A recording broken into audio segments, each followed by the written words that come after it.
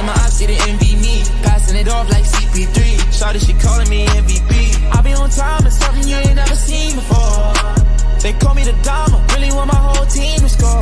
Damn, yeah, too icy, yeah, too clean, yeah, my zone, yeah, 2-3, yeah, got shooters that hit from deep, bust like Giannis, yeah, too mean. Bright lights like we at the garden, on P, don't get me started. Whole team walk through me to party. If I can't make the play, I'ma lob it. If you jump, that's right on your head. Had to put him to sleep, go to bed. I'm a star, drop 50 and left. From the logo, like I'm Steph. Put it up, knock him down every time.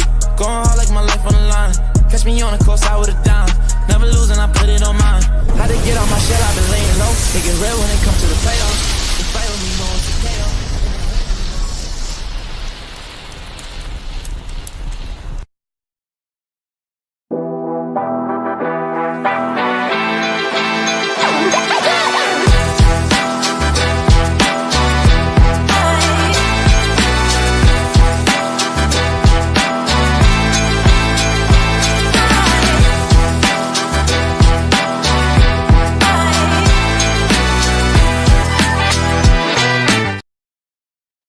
Hey, good evening, everyone. Welcome to another episode of the Pit Press Live. Coming to you live Friday evening. Not usually our traditional time to be coming live with you guys, but we didn't really get a chance to get out some podcasts this week. So we thought we'd go live on Friday night and talk a little Lobo hoops, a little Mountain West hoops, and talk about some Lobo women's hoops. But before we jump into all the meat and potatoes with everything, I want to introduce the panel. All the usual suspects and the voice of the Western New Mexico Mustangs. And I always tell this to Nick Ed, but you are the better half of the Nunez duo. Mr. Ed Nunez, how you doing, man? You know, I laughed at that. Nobody's more proud of my son than I am. And he's actually doing Volcano Vista and Rio Rancho, announcing that game, broadcasting that game tonight in Albuquerque. He got a nice little assignment there. I'm real proud of him. And I think we drive my wife crazy, though, because after every game he broadcasts, he calls me, and we're working usually Tuesdays and Thursdays. And so we exchange information. How's your game? What was your game like? What calls did you have? So I can't tell you how proud I am of him and what a great experience it is to be able to share that with him. So thanks, Eric. No, I'm doing great. Good to hear, man. A lot of good Albuquerque, New Mexico high school basketball happening now too. I know the city tournament just wrapped up. Volcano Vista just kind of squeaked one out against Sandia. Sandia is kind of shocking a lot of people. So before I introduce Rick, you want to talk a little high school hoops before we move on? Just some quick Volcano Vista. Yeah, you know what? My son and I broke that down on Road to the Pit the other night. We had Artesia guard Charlie Campbell on, and Volcano Vista. They have Kenyon Owino, who's Montana bound. And that kid is 6'7", works with David Quixote in the offseason, the ex-Lobo on big man skills. And Albuquerque High head coach Ron Garcia had said, he's been around basketball for years. And he said he's one of the best big men he's ever seen in New Mexico. Sandia's got the lineup to maybe challenge them. They came up short in the Metro tournament. A late call win against the Matadors. Those things happen. Sandia had a chance. The ball went out of bounds, and they called it off of Sandia when it was out Volcano Vista. Those things happen. But, Greg Brown, my son talked to Greg Brown, the Volcano Vista head coach. They're going for an unprecedented four-peat. And Coach Brown was telling my son, we need to do this, we need to do that. He's trying to get his team motivated, because when you win so many games in a row, you're not as hungry anymore. So Coach Brown, who's an outstanding coach, is just trying to keep his team motivated and hungry. He knows they're the overwhelming favorites, but he's always going to look for something like, well, no, we didn't do that right. We didn't do this. We're not as good as we think. He has to do that. I've known Greg for a long time. So I think, it's going to be exciting. The tournament's right around the corner, man. District play, you know how quick it goes. So by the end of this month, it'll be, January's almost halfway done. And so, exciting times in high school basketball, Eric. Good to hear, man. And I think you guys are trying to wrap up Go to the Pit podcast, get some more guests on. So for you followers, viewers, listeners, be on the lookout for that. We'll try our best to get that promoted ahead of time. But without further ado, all the way from the Bay, Mr. Ricky Thompson, how you doing, man? I'm good, man. Interesting to hear that Coach Brown is still coaching. I think he was coaching maybe Highland when we were in high school, Eric, if I'm thinking of the right Coach Brown. Yep. That's David Brown, Rick. Yeah, that's his brother. Yeah. Okay. But you want to His brother talk Dan. about wives going crazy, Ed. You should feel bad for my wife and my mom when me and my dad start talking sports. More useless Lobo knowledge comes out of our brain, and my mom can't even talk to me about anything real on the phone. So I'm glad to disperse the knowledge to some people that actually care about it and talk some hoops here. Right on. Well, we'll jump right into it. I want to shed some light and give some praise to the Lady Lobos. They're 6-1 in conference. They're rolling. They just came off a big win. Rick, you had some notes on them. It looks like they play Fresno State on Saturday, but they came out of a recent win against Utah State in Logan. What do you know about the Lady Lobos and how well are they playing right now, man? Very well. Like you mentioned, second place, 6-1 in conference. They did beat Utah State by 21 points after beating CSU and Moby. And led by Vianney Cumber, made 51 threes on the year, shooting 96, almost 97% at the free throw line, 60 of 62 on the year. And as I think Ken Sicklinger wrote in the Journal, she made 55 free throws in a row at one point and has also gone over the 1,000-point mark in her career as a Lobo. She's kind of flagged by Destiny Hooks, who's averaging just over 17 points a game. And they're a scrappy team, Eric. I've watched them a little bit over the last few weeks. They played UNLV tough and hung in there with UNLV, who's sitting at the top right now. They were there until the last few minutes were kind of pulled away for the Rebels. So very promising for Coach Bradbury. Ryan and Jacob did get a chance to talk to him in Vegas, and he had a lot of confidence in the team. And I also saw they have three freshmen incoming next year that are candidates for McDonald's All-American team. I don't think they've announced the team candidates to be voted in. So great recruiting class coming in, solid season thus far, and looking to make some noise down the second half of conference play here. I think a lot of us got to check out that game when they hosted UNLV. That was a 2 or 3 point game all the way up until 3 or 4 minutes left in the second half. And UNLV has kind of been a staple in the Mountain West. They've represented the Mountain West in the tournament the last 2 seasons.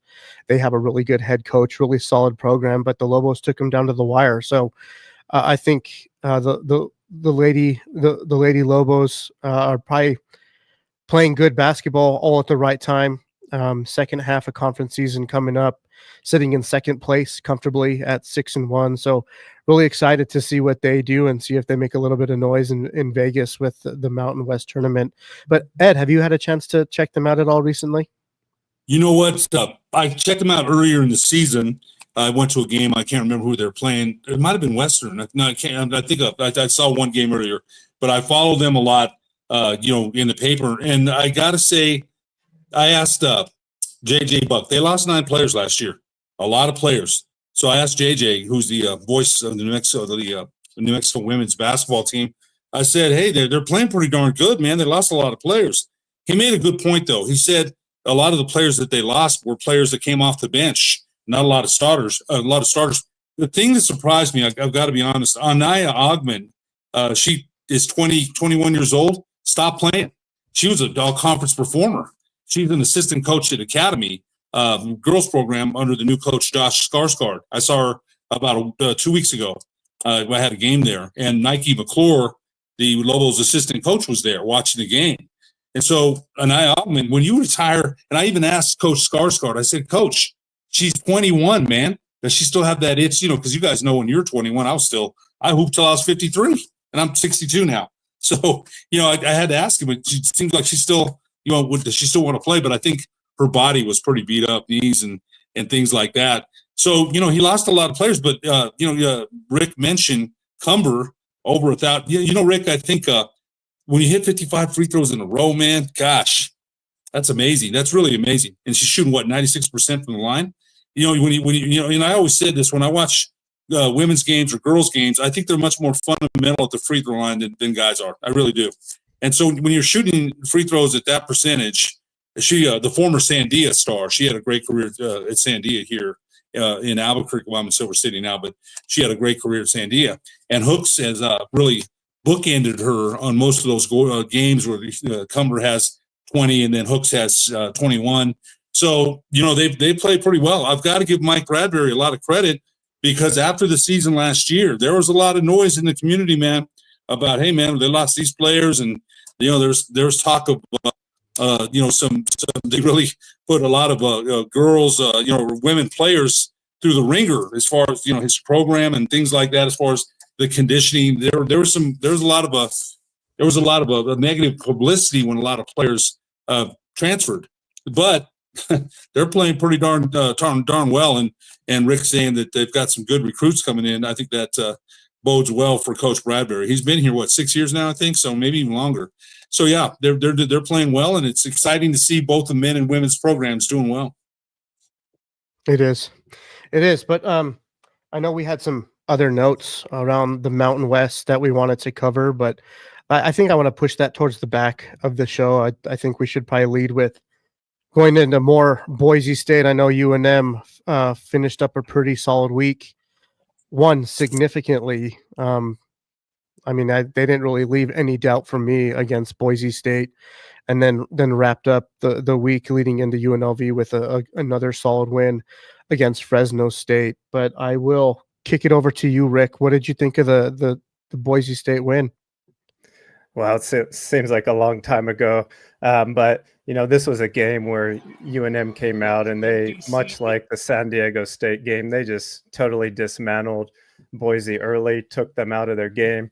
And the difference maker for the Lobos, in my eyes, has been that pressure defense. And it kind of all started at VCU. They were pushing Boise so far up at the top of the key on these dribble handoffs and picks that they couldn't even get into their offense correctly. And when you're thrown out of it like that, you just saw Boise kind of struggling early. Lobos closed out the half on a 27-6 run to go up 48-21. That 27-point lead was the largest the Lobos have ever had in the Mountain West era. So really controlling the tempo for New Mexico early. Boise likes to play a slower pace game, and that's really, not going to work when you go down that many points early. So just the physicality of UNM really stood out. Buchanan was scoring pretty well for Boise at some points in the game, but overall just a dominant performance again at home for the Lobos, and they just look, unstoppable in the pit this year after that New Mexico State hiccup. Yep. When we talked on that pregame podcast we released, I think 1 or 2 nights before the game tipped off, we had mentioned the tempo and the pace of play and the big difference, right? UNM plays at a tempo that ranks number 8 in the country, and Boise State was at 225. So you could just, that was one of the things that glared out to me, like leading into the game, is at the pit, the Lobos like to play fast. I feel like they've turned up their defensive pressure. They like to put teams in just uncomfortable situations on the floor, and they tend to speed teams up. And when you put a team at Boise State that typically plays at a slower pace, they like to sit in their half-court sets. They like to get Degenhart the ball to do some work down low. When you tend to speed them up, guys like Cardenas, who had 7 turnovers, which is very uncharacteristic of a player like that. They didn't really shoot the ball particularly well. So you could, that's pretty much to me, just kind of a result of just playing at a pace that you're not used to, being sped up on the offensive side and not being able to deal with the physicality and the length that the Lobos imposed. And to me, there were points in the game that I think Nick made a comment that it kind of looked like a high school game at times, because Boise State just couldn't really get into their offensive sets and they were taking a lot away from them. You were there. What did you take from that game? Actually, I watched it on TV with my wife, and I had to sit, and I couldn't sit in my recliner because every time I sit in my recliner, I fall asleep. So I had to sit in another chair, and I made it. But I think Rick made some great points about the UNM defense hedging, playing active hands, forcing them out. They made a run. Degenhart in the second half hit 2 successive buckets. I said, okay, here they come. He finished with 4 14 and 7 rebounds. Cardenas 5 points, and he had 7 turnovers. I was surprised, 27-6 run to end the half. And if you remember the ball, the fast breaking, the breaks between Washington and Dent, they're starting to play in a real good tandem, good rhythm, looking for each other, who's open, being very unselfish. When True does that, plays within the offense and plays within himself, not trying to get his, and sometimes I think he does that, especially on the road. He's not as creative in the air as it is. Who is? And I think sometimes he tries to do things that are outside his wheelhouse. That game he didn't. They were dominant. And I mentioned that. The biggest lead they've ever had the Mountain West. And that says a lot. That really does. And, so if you, I was amazed by. In fact, I still got it taped. I told my wife, I've got to go back and watch that last 5 minutes. It was amazing. Borvicinen had 9 points, 10 rebounds. Amzil 11 and 3. Nelly, I was kind of surprised at the coverage that they had for Nelly. They kept letting him have single coverage in the paint, and he was scoring pretty easy. So I was kind of surprised at the way they didn't change that coverage on him. And you know what? I think sometimes, do we give Nelly enough credit? I know I don't. Sometimes I don't. I'm like, gosh, he dropped a pass, and he's pretty darn dominant. He's the only one averaging a double-double in the Mountain West. That was part of Rick's notes. Dant, 16.7 assists. Washington, 13, 5, and 2 rebounds. Nolan, 9 points. Dotson, 5. Milicevic, who I really like a lot, starting to put more confidence, 5 points off of the bench. So that was as dominant as victories you could ask for. I was very pleased, and like I said, I want to go back and watch that last 5 minutes. That was something that, now, you guys were way too young. You weren't born then, but when Norm Ellenberger was here with Michael Cooper and Marvin Johnson, they used to fast break. It reminded me of that. It really did. And even with some of Steve Alford's teams. So a dominant victory, one that I thought was going to be a lot closer. UNM averages 83 points a game. They got 84. So I thought I was pretty pleased with the way they played. And Eric, you called it early in the year that True is going to be the X factor for this team. Well, in their 4 losses, he scored under double digits. And really, when he doesn't play well, it seems to affect the whole team. And I saw it firsthand in San Jose State.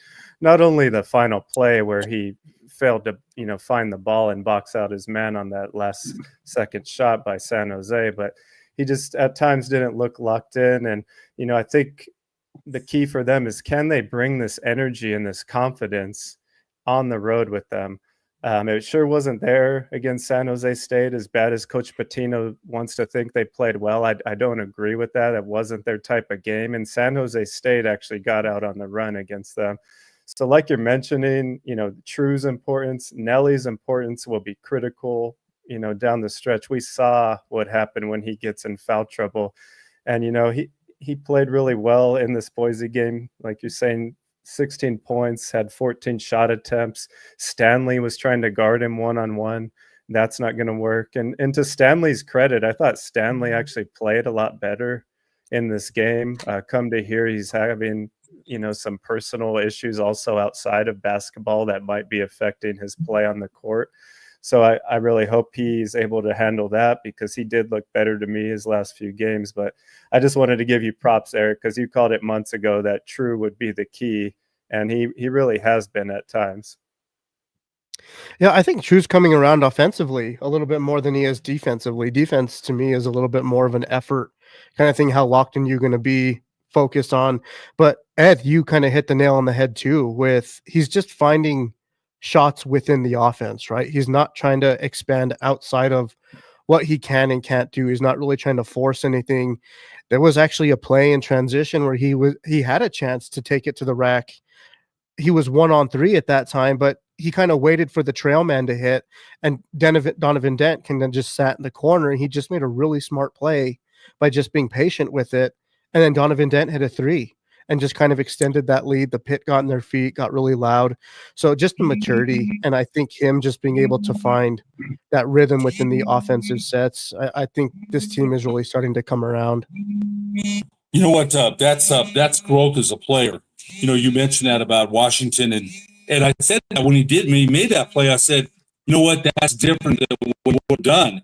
That was an unselfish play that he made, and he did wait. And you know what? You guys remember run a 3-on-2-on-1 in practice, making, everybody cutting off the 28-foot line, cutting to the basket, looking for your 3-on-2, 2-on-1, right? And so I think he made some great decisions on the fast break. I was very impressed. And I saw them working together.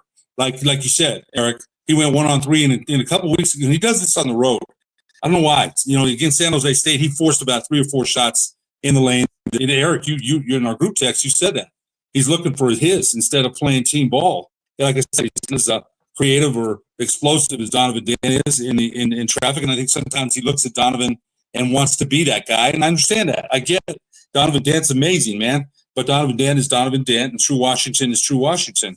So I think to your point, he made a great play and made some great plays in transition, and made sure he got the easy bucket. And I think his shooting has gotten much better in the second half of the season. Remember, Coach Pitino also said before the season started that he thought True was going to be a Mountain West Conference Defensive Player of the Year candidate. And his defense, I think he plays much better, plays downhill when he steals the ball, and then tries to score on off to, and he turns defense into offense. So I think he's a big key for them, a big key. And I think the other key, we'll talk about it later, is Borovichinen. I think his confidence, Milicevic off the bench. So those two guys, Milicevic especially, they had an article about him in the paper the other day. He's dropped 30 pounds since he's come to campus. His form is really nice, and he's got more confidence now. So I think Borovichinen and Milicevic are going to be very key for the New Mexico in the last couple, the games that they have left, especially on the road. Yeah, we had some early season articles where we touched on Milicevic, his game, just his overall skill set. It was just a player to look out for. And I mean, we've kind of been saying all season long that he just a guy that needs more minutes. He needs more exposure to the floor. He needs more exposure to the pace of the Division I college basketball scene and level. And I think he's starting to find his way. And he's a tweener, right? Like, he doesn't have a real true position. He's 6'10". He's got some nice moves on the block. He can actually fade away and actually pull some of those bigger defenders out towards the perimeter, because you got to respect him from hitting those shots. But speaking of the bigs, because I do want to focus on this, Ed, you touched on it a little bit. I want to pass this over to Rick, because Rick has kind of talked about it all season long with just the overall touches and the focus that they've been giving Nelly. I think we were pretty critical early in the season where the Lobos seemed just a little out of sync with their offense. There were some guys that were taking some ill-advised shots early in the shot clock and weren't really looking for Nelly down low. But in this game specifically, that was the game plan from the get-go. I think the first couple of possessions, they went down low to Nelly and he went to work, and Boise State never really had a resolution for that. So do you want to talk about kind of how the Lobos emphasis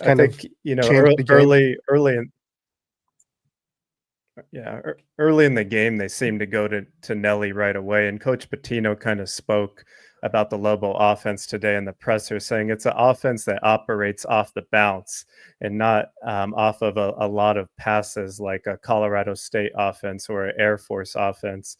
And I think at times they lose focus on what they're doing, and Nelly doesn't get touches for a few possessions. But it seems like the past 3 or 4 games he has gotten a lot more. Against Fresno, what did he have? Only 10 points.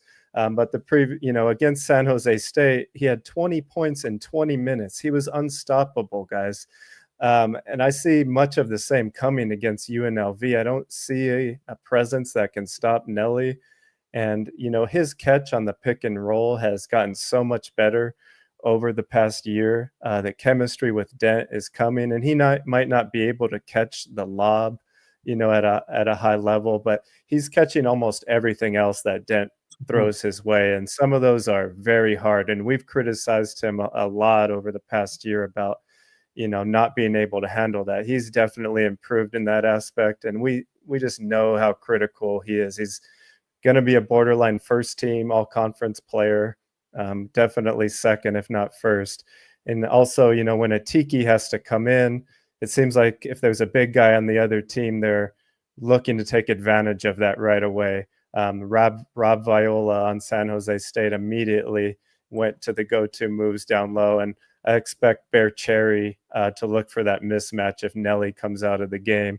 So without a true, backup that they can count on down low besides a Tiki, they are a little thin at the post. But with Nelly playing at such a high level, it really doesn't matter unless he gets early fouls. So I think keeping him involved throughout the course of the game is critical. It is foul trouble keeping him on the floor. And then I'm guilty of it. I guess I'll pose the question to some of the viewers and listeners and even to you, Ed or Rick. But I mean, do you think there were points in the season where we might have been undervaluing Nelly's presence on the court at times, because he did put up a quiet double-double and it wasn't necessarily as flashy, but the rebounds are consistent and the defensive presence is more than consistent. But yeah, I think we kind of focus on some of the things like with his few drop passes here and there or a missed kind of bunny around the rim. But we saw what happened when Nelly's not on the floor in that San Jose State game. The offense kind of sputters and it's really hard to find a rhythm. So I don't know. I mean, do you guys think that maybe at points in the season we might have undervalued Nelly's presence on the court? I'm probably guilty of that. I think I am, and he's averaging a double-double. And I think last year he had a hard time holding on to some of Donovan Dan's passes, and we said that. So, but his presence in you mentioned that once they go to a Tiki, it's a different game. Viola went to work on him. He's a lefty. He went to the left side. Tiki had a hard time. He doesn't have that girth to get him out of there, to ride him up. He doesn't have it. He can jump, rim runner. We've said what he is. He's done a decent job. He's a better addition than Sebastian Forsling was, that's for sure. Nothing against Forsling. I think a Tiki gives him a little bit more. But I think for me, yes, sometimes I think I do. I take what Nelly Jr. Joseph does, and I take it for granted, and I shouldn't. He's been a heck of a player for Mexico, and he's one of the reasons they are where they are right now in first in the conference. Yeah. Rick, did you have a second? Did you have a thought on that? Go ahead. I mean, just really quick. I mean, he was a preseason all-conference pick. Our expectations were that high, but I think to your exact question, I think we do undervalue him, probably because of the attention that Dent gets, from the media, from us, and from everyone else, that we don't sometimes pay attention to Nelly because the way he goes about it is a little quieter and not as flashy. But I think we do, definitely. Yeah, well, that's a good transition, I think, because I think everyone is clear just on how much we value a guy like Donovan Den, and I think even with Nelly, but you asked me the question earlier about X Factor and Drew Washington, which yes, I do think he's an X Factor. I think he's probably the main culprit on the defensive end of the floor. But John Romero actually makes a really solid comment here, and I do want to talk about these three guys, right? The two Serbian players, and Milicevic, and then Philly B. We can even throw CJ Nolan in that mix. I mean, you could also say that these three guys, especially the two Serbs, are also really big X factors for this Lobo squad. I want to get your thoughts, Rick, on one, the evolution of Philly B, mid-season conference play. I think we've seen not only his point total, but his overall rebounds, I think, double from non-conference play to in-conference play. And then Milicevic, I don't know the exact minute stat, like the difference from non-con to in-conference play, but he's starting to see the floor a hell of a lot more. Break it down for me. Right. So Philly B did start, this season on the starting five, and then he got kind of relegated to the bench for a stretch where he was playing under 10 minutes a game. And personally, I thought he might stay there the rest of the year because his play was not really up to what we had expected. A few games before conference, and then also during conference play, he kind of found his footing and where his role was going to be. And he's just been dominating on the defensive end, having to guard the likes of Neat Clifford, Miles Bird on San Diego State. And next up, he's going to probably have to guard Ian Martinez and Falsalev on Utah State. And I think he's up for the task. Like Eric Markham is mentioning here, he's just been a monster on the boards in conference play. Philly's averaging 8 points, 7 rebounds a game from Philly, 1.4 assists, 1.3 steals, and he's shooting 41% from three in conference play with 10 made threes, about, a little over one a game. And a lot of those have been big shots down the stretch where the Lobos really needed him. And he has the range from deep. He's not afraid to let it go from a few feet behind the line. So I expect continual growth from Philly at this point, because that's what he's shown over the last month. And he's really finding his spot, not as a scorer, but how he's impacting the game in other ways. His decision making and just passing has also been, delightful to watch. So he's been huge. Milicevic, he comes in spurts. He's able to knock down the three. Coach P really has more confidence in him as you see them giving him more minutes as time goes on. And, I don't know if we expected him to be playing this much, down the stretch of conference, but he's proved himself, a big body, and I really like what he brings, something different. And for CJ Noland, I'll let you guys comment more on him, but he's been kind of, up and down of a roller coaster ride this year, a little bit on the offensive side, inconsistent shooting the ball, always goes 100% on defense, always on the floor for loose balls, willing to go to the hoop, but it just hasn't been falling at a high rate right now. But I expect him to still have some big games with 12 left? 9? How many is left? Yeah. CJ's hit some big shots down the stretch too. He had a big one against Nevada, that three in the corner. Ed, I want to get your thoughts. I know you kind of briefly touched on it in a previous segment, but I want to get your thoughts on Philly B as he throws one down there. You're when you played, you were a big man down low, right? You kind of fit that 3-4, could play the 5 spot if you wanted to. Philly B is 6'9". He's elusive. He moves really well. I think his defensive assets might be a little undervalued right now, but he's extremely long. I mean, what have you seen from him this season from the beginning to now as like the overall growth goes, and what's this guy's ceiling look like?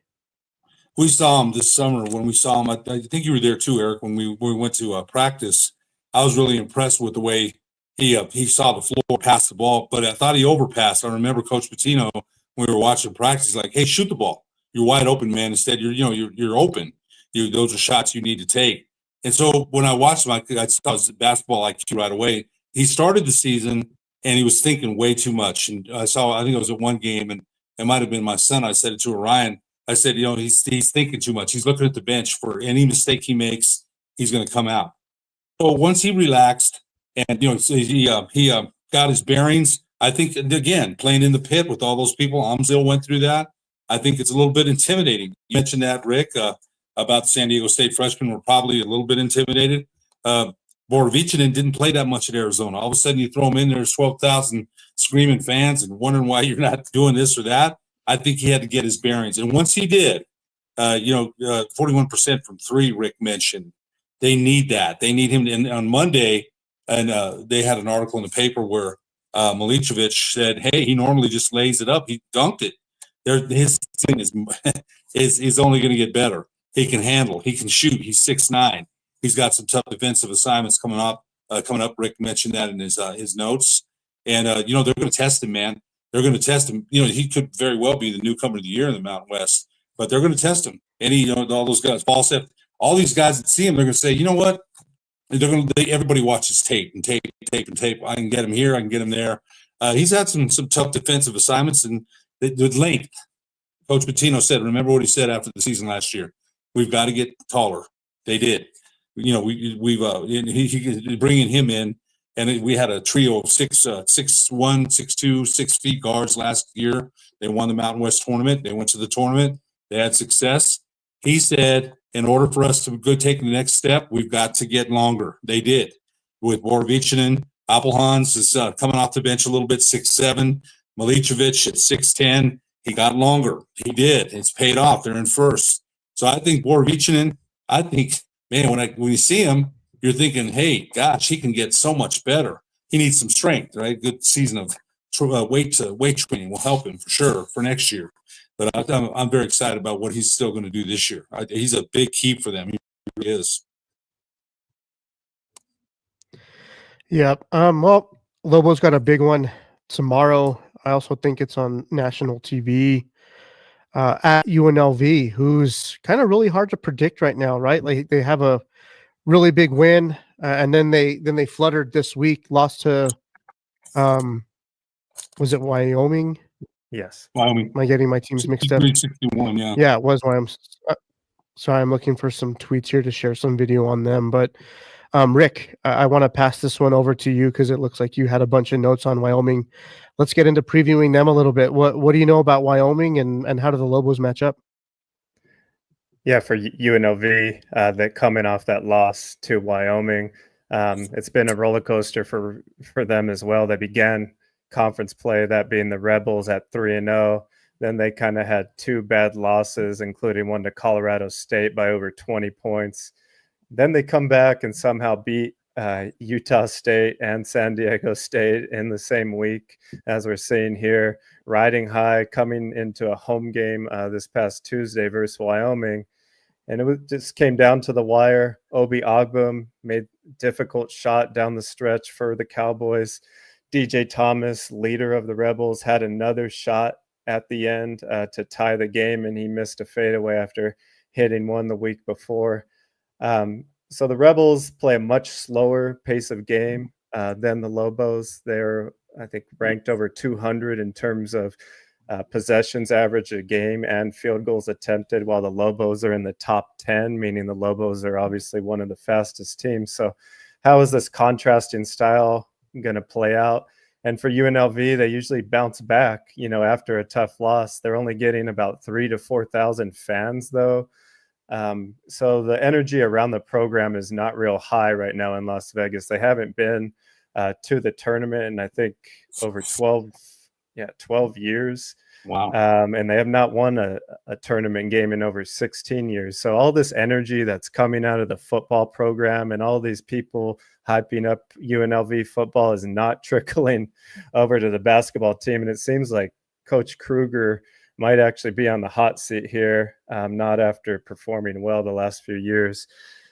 So what I'm really looking at, two of the best point guards, obviously the best in Donovan Dent, leading the conference in points and assists versus DJ Thomas.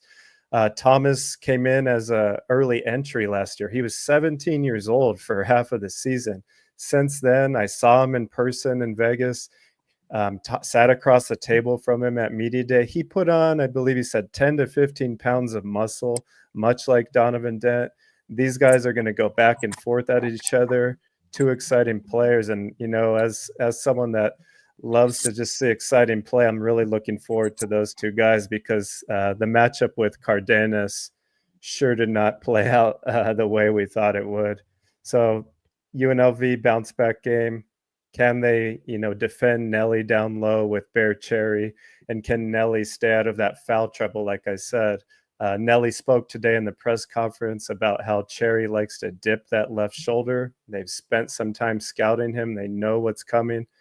Can they stay out of their own way? Will the refs let them play? Or will they kind of target Nelly like we've seen in previous games is one of my questions. But what are you guys looking for the Lobos to come out with a win? Ed, you want to take this one or you want me to go first? Yeah, go first, Derek. Yeah, for me, I think it's got to start on the defensive side. UNLV plays somewhat kind of similar to how UNM wants to play, or our UNLV wants to play how UNM does. A lot of creating off the dribble, looking for penetration. That's when DJ Thomas is at his best, man. The guy can penetrate. He can finish around the rim. He can kind of stop on a dime and turn around and hit a fadeaway if you need him to, too. I just don't know if he's necessarily in the right system, has enough surrounding support, but he did get that support. He had some other guys on that team hit some big shots against San Diego State and against Utah State to keep him in it. So I think that's what I'm going to look to. The defensive side, I think that point guard on point guard matchup's exciting. It's going to be two of the best point guards in the Mountain West, if not on the West Coast of the entire United States, right? You can throw Cardenas in that conversation too. But Thomas and Den are both trending upwards. So I would say that Cardenas is probably the third best point guard in the league. But nonetheless, I think the Lobos really need to lock it in on defense, especially on the road. They're going to have to limit and look to help on those penetration drives that DJ Thomas is going to look to get. Bear Cherry is another guy that's kind of under the radar. I believe he played at New Mexico Junior College. Is that right? Yeah. So he's a junior college transfer down in Hobbs. Wasn't someone that we really had our eye on early in the season, or Rick, maybe you had made a comment about him early on. But these guys just seem to have a good game when they figure it out, when they put it together. But then other nights they just look all out of sorts. So it's really kind of hard to factor in if they're going to play well or not. But I know that UNM probably has a pretty large target on their back. They're leading the conference at 8-1. UNLV is looking to try to get amped up for this game, and they're looking to take down another top dog in the Mountain West after taking down San Diego State and Utah State. So to me, I think it starts on the defensive end, really kind of imposing their physicality and their length on UNLV, forcing them into bad shots, kind of the same game plan they had with Boise State. But I think they're going to have to deal with more guys that can create off the dribble than Boise State had. So, Ed, I'll pass it over to you. They're the Jekyll and Hyde team. They are. But they beat San Diego State on the road. They beat Utah State at home. Utah State had a chance at the end. Last second three didn't go. They elected not to foul defensively on that last possession. UNLV didn't foul. Those are good wins.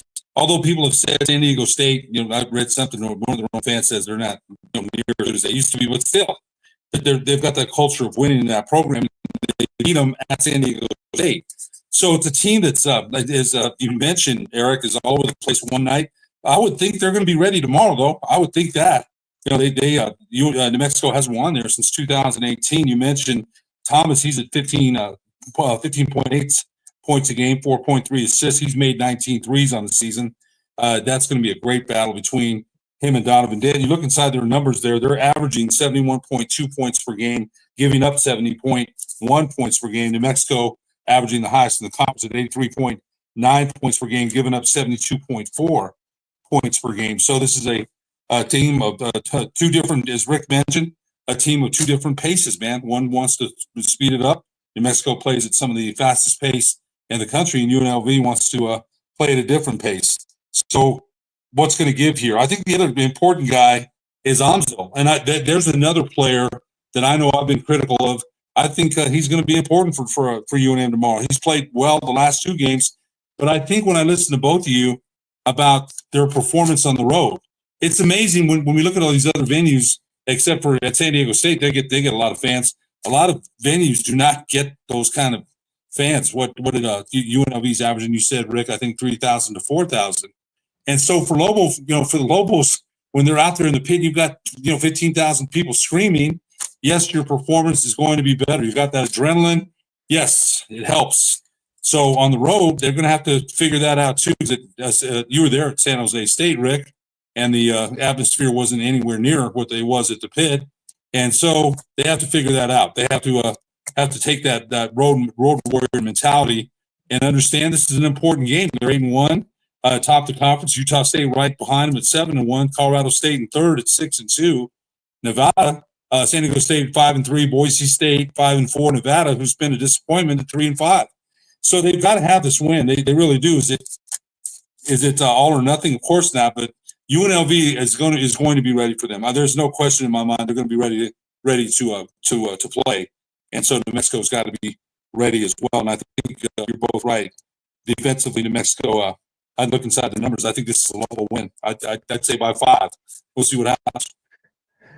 Real quick, I told Eric this the other day on the pod. I don't want to hear anymore that, it takes our energy out of it when there's no crowd or, there's no people and it affects the way they play. Do you know how many basketball games these kids have played in AAU? Do you know how many empty gyms Philly B played in Europe where there was no one there? I've seen the videos. So I don't want to hear anymore about energy lacking. They need to go on these road games and play the villain. Act like you're the bad guy. Don't act like you're lazy and, you don't want to be there. Go in there with a different mindset on the road than you have at home. You've got to be the bad guy. Bring your own energy. create your own energy out of that defense, and you got to bring that pressure, and that'll unlock the rest of their game. Sometimes they get out and are a little timid. They have to find that mindset, like you're saying. But I don't want to hear any more problems. When they go and have to play at Air Force, it'll be a cold cellar there. There'll be more fans in these other arenas, but I don't want to hear that excuse any longer. Well, I think that starts with the leadership, and I'm segueing this into Amzil again, because he's been kind of depicted as one of those vocal leaders and kind of showing it on the floor, being physical. One point that you brought up, Rick, in his past games where Amzil has kind of gotten off to a really good start is when he's looked to score around the rim first before kind of settling for the three.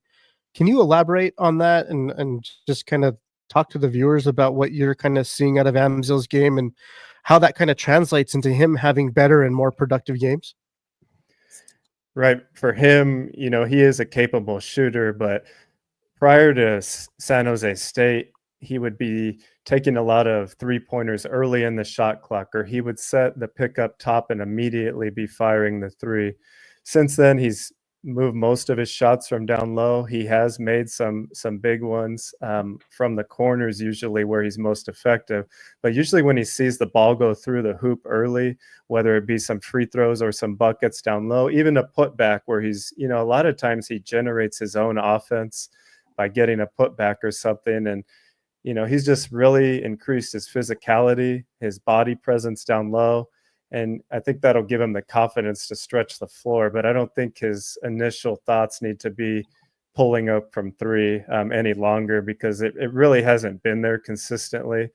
And I always say this, when you shoot a fast three, it's almost equivalent to a turnover for the defense, because it's going to be a long rebound and they can get out and run. And we saw that against San Jose State.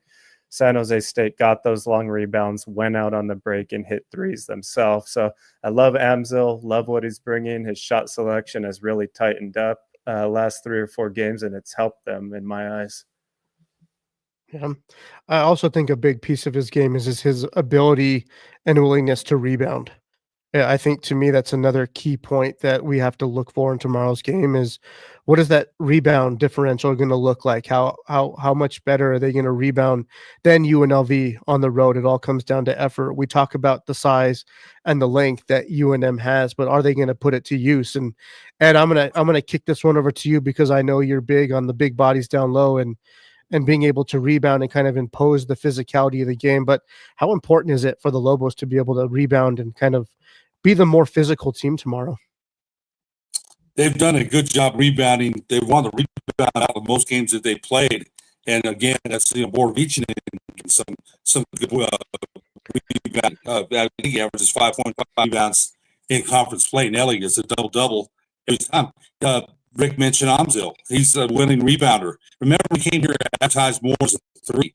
They made him, play inside. He has plus a 4 sometimes. So I think it's Milicevic. He brings a 6'10" body off of the bench, and that kid is strong, man.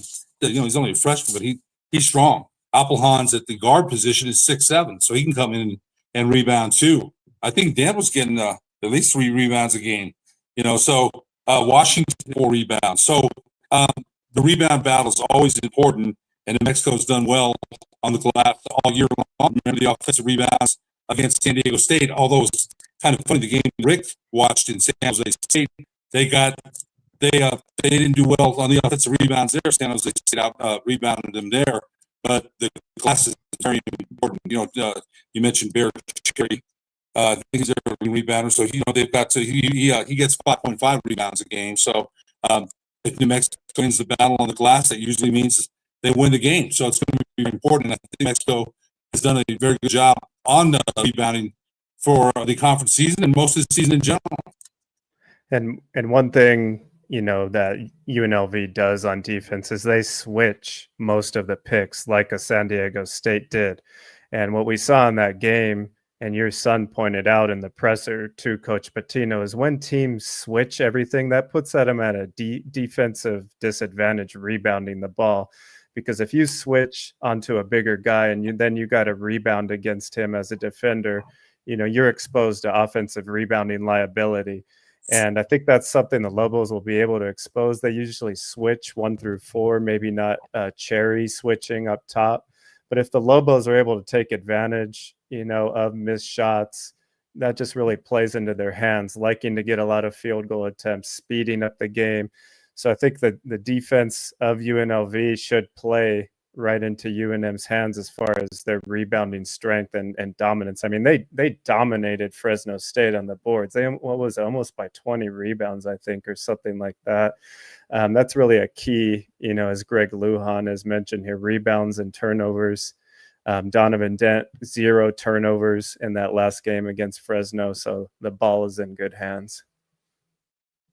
Yep, all good points. And yeah, kudos again to Nick for bringing that up in the press conference to Pitino. I didn't even think about it until he talked about it that way, and I was like, yeah, that makes perfect sense. That's just good basketball IQ, and I even think Pitino complimented him on the question too. But do you guys have any final thoughts on the UNLV matchup against UNM before we kind of move on to a little bit of bubble talk and then wrap up with kind of some Mountain West kind of around the league and sign off? I just think UNLV can't be taken lightly. If the Lobos lose, I don't think it should be considered a bad loss. This is a good team, so I think it's going to be very exciting. Good Yeah, point. the same thing. Also, Mexico is a winnable game. I think they can win, but another favorite by what, 2.5, Rick? It's up to 4.5 now. I think a lot of people are betting on the Lobos. It's going up. Yeah, I think it's going to be a great game. I think Mexico's going to win. I really do. I think they're playing with some confidence. They won 9-10, and the one game they lost, they probably should have won. It'd be 10 in a row. Those things happen. Those things happen in conference play. Look back on it. You had Utah State losing the next night. Those things happen. So I think it's a winnable game. I'm looking forward to watching. I think so too, Ed. Now we're going to kind of jump over to some kind of bubble talk, look at some resumes, specifically the Lobos. So recently, Boise State kind of fell out of the top 50 in KenPom. So what that did was actually remove converted one of the Q1 wins that the Lobos had on their resume. It is now a Q2. So they only have one Q1 win now against UCLA. So here's kind of a snapshot of what it looks like for the Lobos right now in the quad 1 games. They're 1-1. Again, that win is against UCLA. The loss is St. John's.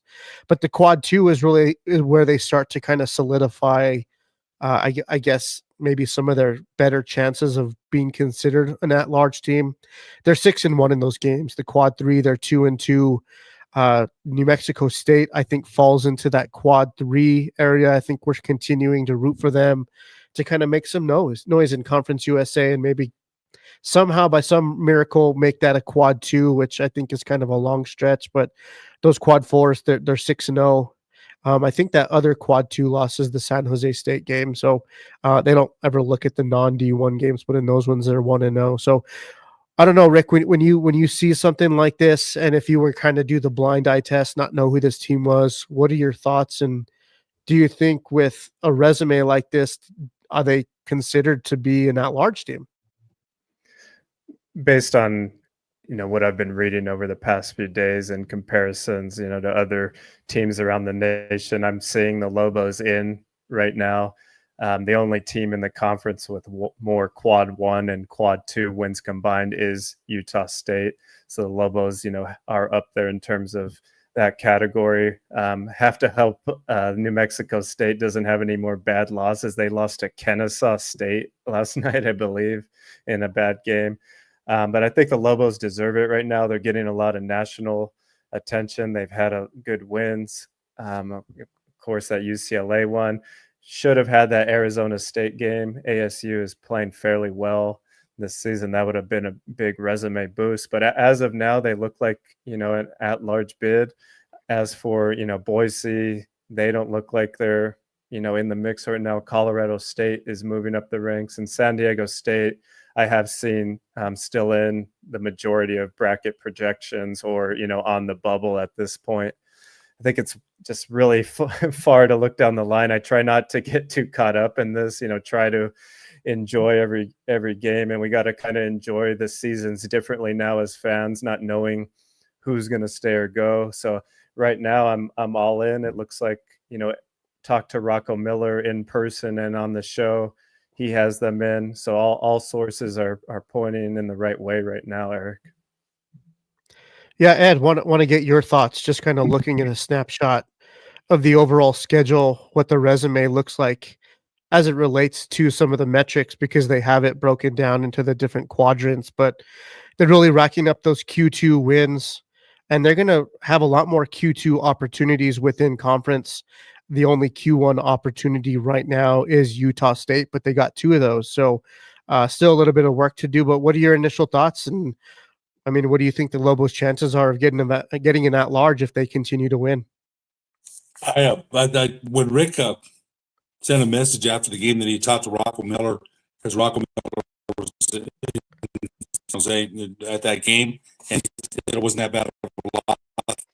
Relax. I said, okay, that's good. If he said that, and I think the quad 1 win against UCLA was big. They lost to St. John's. They lost to Arizona State. St. John's was a convincing loss. I mean, St. John's was better at that time. More athletes, longer, more athletic, better team. ASU, they should have had that one. Rick's right.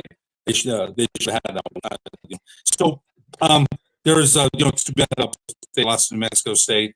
But you're right. They've got a chance for quad 1 wins with 2 chances at Utah State. That's the case scenario. They split it. The sweep would be unbelievable. That'd be great. But so I think they keep winning the way they are. They're in, period. There might be another hiccup along the way. It's conference play. We'd expect that. They've lost 1. What did we think before the season? I think Boise State was predicted to win the conference. I believe that with Jeff Grammer, who predicted New Mexico second. So they're in pretty good position right now. So that's why I think tomorrow's game is a little bit more important than not the end of the world, but they need to get it. They need to win. They need to win the game. So I think if they keep going on the trajectory they're going, they'll be in. And then they've got to take care of their own business, man. They control their own destiny. So I think that's important too. Yeah, it is. Yeah, and they do have some opportunities. But as we've come to know, the Mountain West, probably one of the most exciting college basketball leagues. And maybe I'm being a little biased there, but it's an exciting league. And as you've seen some games play out, Air Force came down to the wire.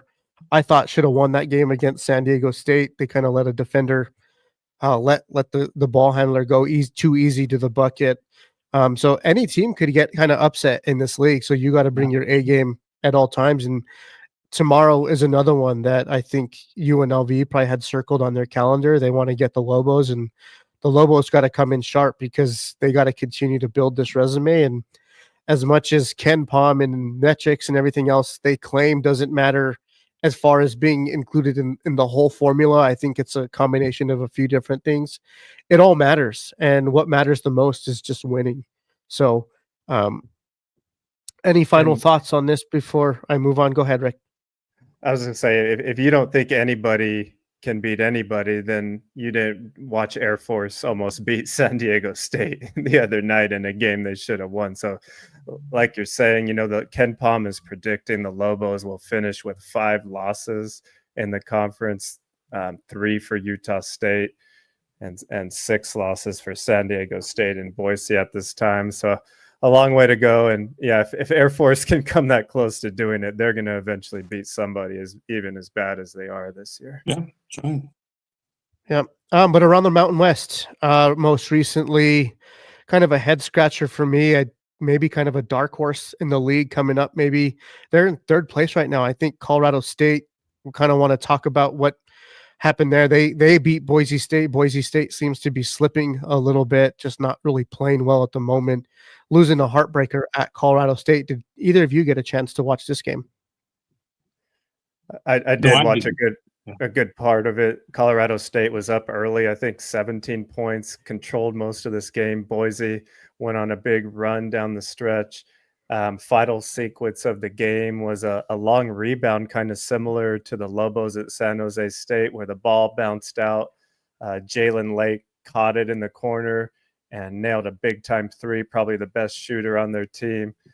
Cardenas got the ball on the other end as time expired, and some people were saying there was about 4 seconds when Boise got the ball, had to go the length of the court down three, I think 75-72. A lot of Boise fans criticizing Coach Leon Rice for not calling timeout. Nico Medved was actually trying to call a timeout himself on the defensive end while the ball was inbounded. It didn't get called. I think Boise made the right decision and just running it out so that Colorado State could not foul. So I think Leon Rice made the right decision.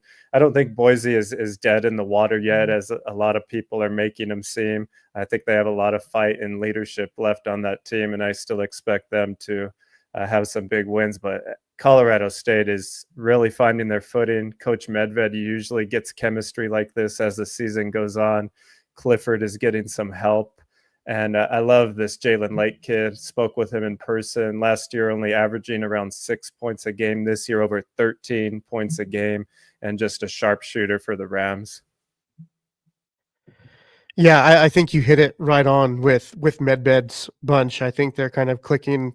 Colorado State has traditionally always been a hard place to play at. They play well there.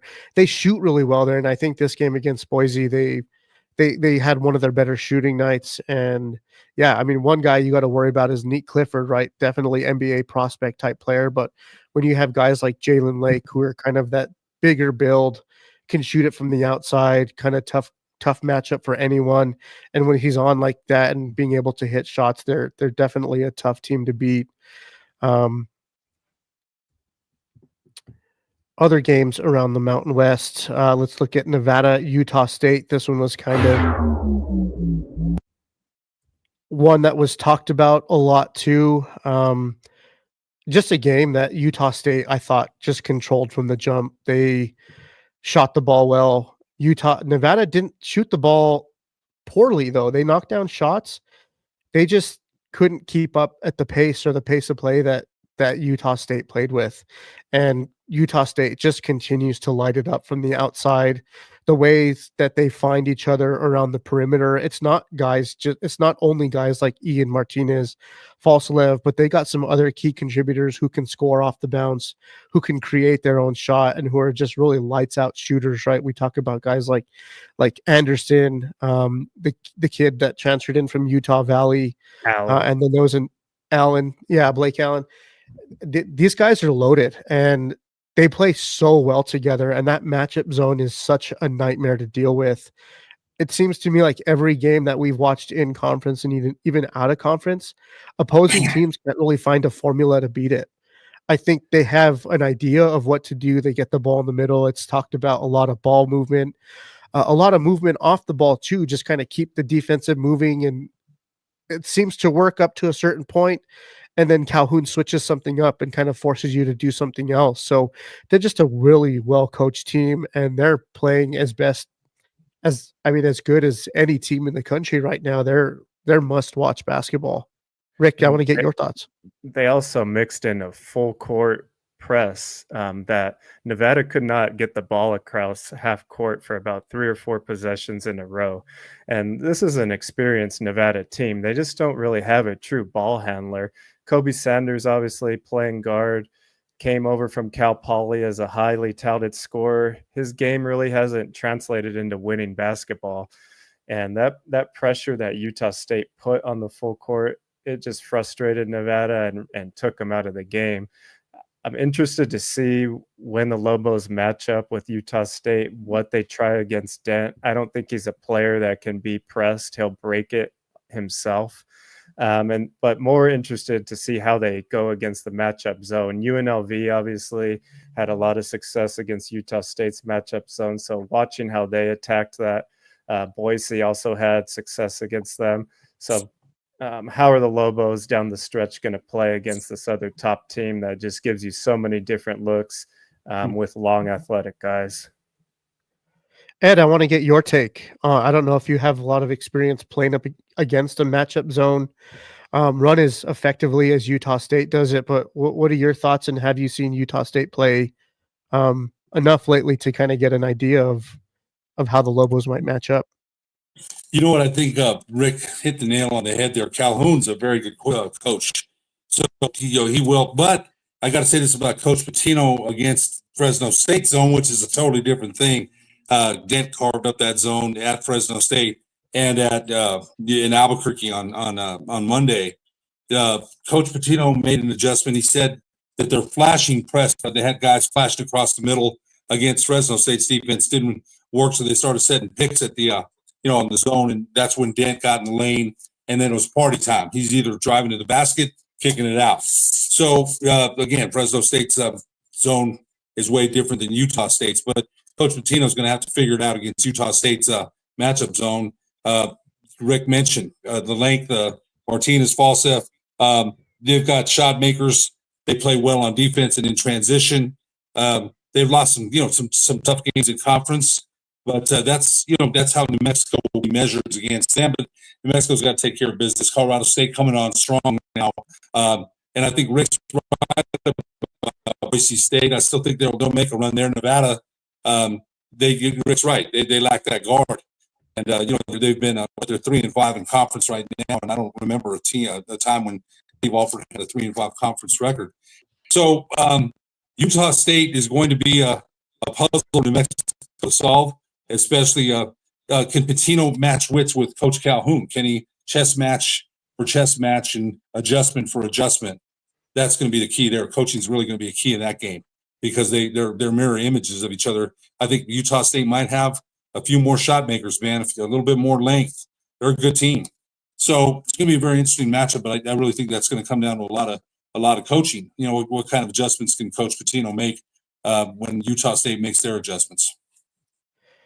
Yeah, I don't want to look too far ahead because I know they face UNLV tomorrow, but I'm interested in that matchup zone too. And with how Philly B and Milicevic games have evolved, I could see them kind of fitting in kind of that mid-range game right around the elbow, the free throw line, kind of getting into the middle of that zone, flashing at certain times and then kind of disappearing and going to the corner. They both can shoot it from the outside. So that could be a matchup problem for a zone and having to extend it out and kind of pull them out of areas that they're not used to kind of sitting around and switching their defenders. So here on the screen, we just kind of have the current look at the Mountain West standings with UNM leading the way at 8-1, 16-4 overall, Utah State in second place. Colorado State sitting at third place. I didn't really see that coming, but they're 6-2. To me, kind of like a dark horse to kind of make a run towards either a regular season championship or make a run in the Mountain West tournament.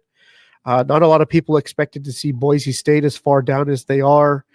I think a lot of preseason polls kind of picked San Diego State to finish right around that 4 or 5 mark. And San Diego State fans were throwing their arms up in the air like, where is the respect? And it's like, well, 5-3, losing some games that maybe they thought they should have won, but this league's competitive and these teams continue to evolve. So I don't know, we're kind of halfway through the conference season right now, Rick. In summary, what would you say about the Mountain West overall? If you had to take a stab at how many bids they get in this season, what would you say? Like we're saying, it's looking like 2 to 3. Obviously, Utah State, UNM right now, San Diego State. If they're not in, they're probably on the bubble. As far as getting, a fourth team in, that would take probably a conference tournament run by a Boise, a Colorado State, or someone that we're not even giving too much love right now. But biggest surprises in the conference thus far, obviously Utah State being this good. But biggest disappointment, I had Nevada in my top 3 going into the conference as far as where they would finish. And obviously they're probably not going to be around there. To my credit, I had Utah State at 5, New Mexico at 2. But those are the 2 biggest surprises for me, Eric, is just Nevada's lack of being able to play good basketball. And then, of course, Utah State moving up. And I don't think any of us thought Utah State would be a tournament team before this began. No, not with getting their, 3rd or 4th head coach in 3 or 4 years. And I wouldn't say they completely rebuilt their roster. They had Ian Martinez coming back and Falslev, which are 2 of their main contributors. But still, they got some really good additions. And man, it's going to be a toss up to me to see who kind of gets newcomer of the year and even sixth man of the year, because it's kind of so widespread in the Mountain West right now. Rick, I mean, Ed, you saw the breakdown, the standings within the Mountain West. Where does that kind of sit with you? And did you kind of anticipate some teams being higher up or being a little bit lower than where they're at? What would you say? And then how many teams you think the Mountain West gets in the dance? Look at San Diego State was it last time they lost to Air Force, or they beat Air Force? They almost lost that game. They're 5-3 in the conference. They could have been 5-4, but I think Rick's right about Air Force. They're 0-8, but anything in Fresno State 1-7, San Jose State 2-6. So anything can happen. So I think I'm a little surprised with what they have. When they came in here, Magoon Kwa 6'8", Cameron Jones 6'10". I expected a little bit more. I did.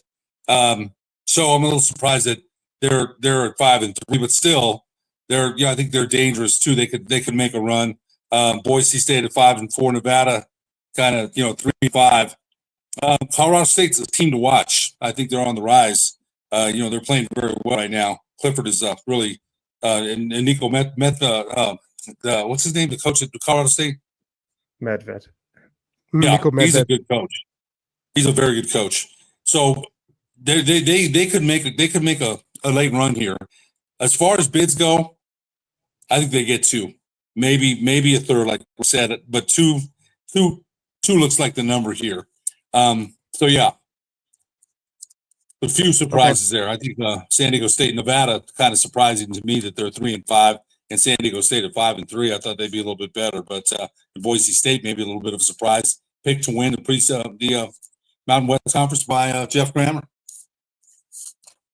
Yeah, it's going to be interesting how it all shakes up. And then you also have to consider bid stealers and some of the smaller conferences winning their conference tourneys. That's right. Takes away bids from like the Mountain West. So, I'm locked in. This is the best time of the year for me. I think kind of conference play heading into March Madness. I am a college football fan.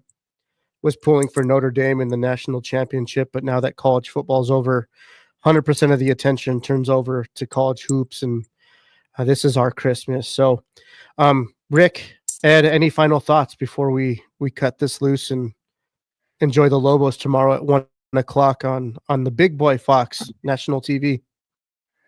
Now, just really looking forward to it. Expecting Lobos to come out and hopefully control the game. And one other note I did put on Twitter a few days. I love the other jerseys that they've been wearing, the turquoise and then the statehood jersey that they're now 3-0 in. They need to bring those out more often. I like them too. Agreed. Yeah, well, it was a pleasure talking with you guys. Yeah, one final thought, Eric. One final thought. Now, this is not UNM basketball related. The Dallas Cowboys just hired Brian Schottenheimer. So for those of you that want to blame Dak, Romo, blame Jones, okay? That's my rant for the night. This is almost 30 years of this. Eric, you and I texted about this. First, they said Deion Sanders. I didn't think it was going to happen. I never thought Deion was going to go there. But all things considered, I'd rather have Deion than Schottenheimer. They talked about Pete Carroll. They talked about, Red. And to tell you the truth, I wish they'd have kept Mike McCarthy. Honest to God. No. So anyway, that's my Cowboys rant. Now, tomorrow afternoon, I can't watch because I'll be here at Silver City covering Western New Mexico. We play Texas A&M International, but got the game taped, and as soon as I get home, I will definitely watch it. We'll check in with you once you get back, Ed.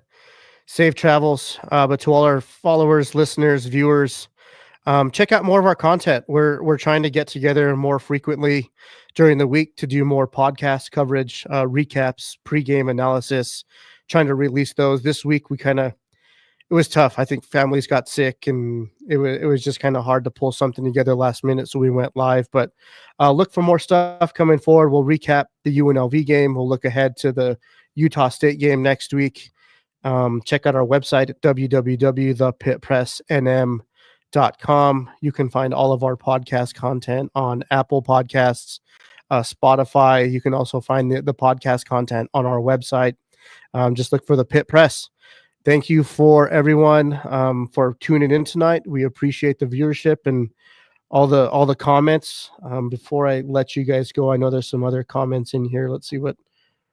It's just the Cowboys being Cowboys. As long as, man, I hear you. It's kind of getting sick and tired of it. It's kind of getting old. But what do you do? And then Miguel Sanchez comments a lot. It doesn't matter who coaches the Cowboys. Lobos have an owner issue. That's funny. But all right, guys, this is us signing off the Pit Press. All right, good job, guys. Thanks for tuning in. We'll let you go. Go Lobos.